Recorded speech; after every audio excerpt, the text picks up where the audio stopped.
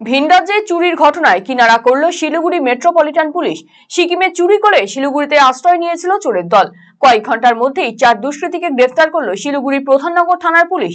কয়েকদিন আগে সিকিমের একটি বাড়িতে চুরির ঘটনা ঘটে। গত 7ই ডিসেম্বর এই নিয়ে সিকিমের রানীপুল থানায় অভিযোগ দায়ের করা হয়। অভিযোগের ভিত্তিতে তদন্তে নামে রানীপুল থানার পুলিশ। ঘটনাস্থলের আশেপাশে সিসিটিভি ফুটেজ খতিয়ে দেখে পুলিশ সেই তথ্য আশেপাশের বিভিন্ন থানায় ছড়িয়ে দেয়। সেই তথ্যের ভিত্তিতে শিলিগুড়ি মেট্রোপলিটন পুলিশের প্রধাননগর থানার পুলিশের নজরে আসে বিষয়টি। সিসিটিভি ফুটেজে দেখতে পাওয়া যায় চোরদের শিলিগুড়িতে ঘোরাফেরা করতে দেখে প্রধাননগর থানার পুলিশ। এরপর বিভিন্ন সূত্রকে কাজে লাগিয়ে 4 জনকে হাতে নাতে ধরে ফেলে পুলিশ। গোপন সূত্রে খবরের ভিত্তিতে শিলিগুড়ির এসএনটি বাসস্ট্যান্ড এলাকায় গা ঢাকা দেওয়া 4 দুষ্কৃতীকে গ্রেফতার করল পুলিশ। ধৃতদের নাম বিকাশ সিং, তার বাড়ি মণিপুরে, নিখিল কুমার, জন সুব্বা, নীতিশ রায়।